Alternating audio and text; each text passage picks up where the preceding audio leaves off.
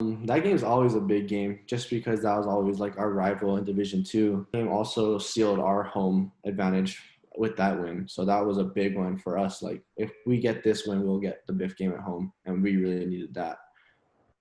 Oh, that was amazing. That was a crazy game, just because it was our senior classes last year to try and finally make it to that state game, because the past 2 years we came up short, and it was just playing in that one was crazy because Waipahu just had so much weapons, and the way that game planned out, I don't think a lot of people really expected it to come in our favor with just such of a powerhouse they had.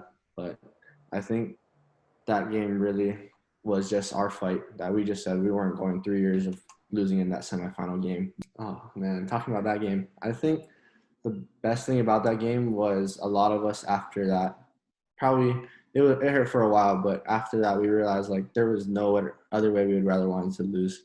Like since my sophomore year, I think it was, I had our starting linebacker. I don't know if you guys know Michael Bongon-Brock, but he was a captain senior year. But he would always tell us we need to leave this place better than we found it.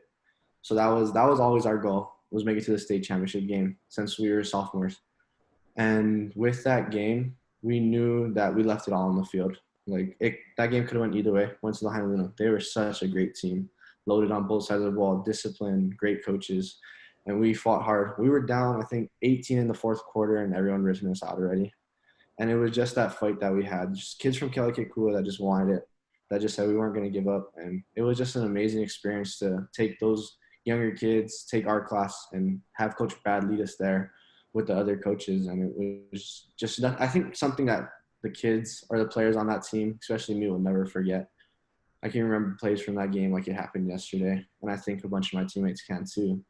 And just to be in that type of environment for the first team from Konoana to make it to the state championship game, it was an amazing experience that none of us will ever forget. Win or lose, it was just such a great thing for us to get put on the map. My freshman year, I was more of a role player on the team, kind of played a lot of scout stuff in the beginning of the season, ended up getting a position as the Wildcat quarterback, played special teams, ended up becoming the starter, and then I tore my ACL, and I kind of just thought everything was going to go downhill.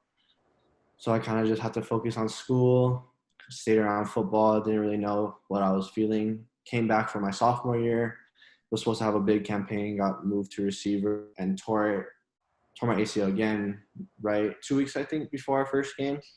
So that was pretty tough. And just having to fight back to come back and be ready. And now that COVID hit, it's been just such a crazy roller coaster ride here at college. Our mindset was be ready for a season. And then once our conference really shut down and told us that they weren't going to go back on their word pretty much and have us go into the spring, our coaches thought of it as a better opportunity for us to get better, because we didn't have that whole summer here where we could train as a team. We didn't get that whole all those preseason things, all the fall camp. So now we just got cleared for like a fall camp. So it's kind of like a mini spring ball. So we're going into our second week, and it's been great. We get to pad up, play a little football, get a little taste of it before we have to be ready for our spring game, which is sometime in February. According to the Big Sky, we'll have our first game later February. So the mindset right now is just trying to find ways to get better and prepare to have a season in the spring.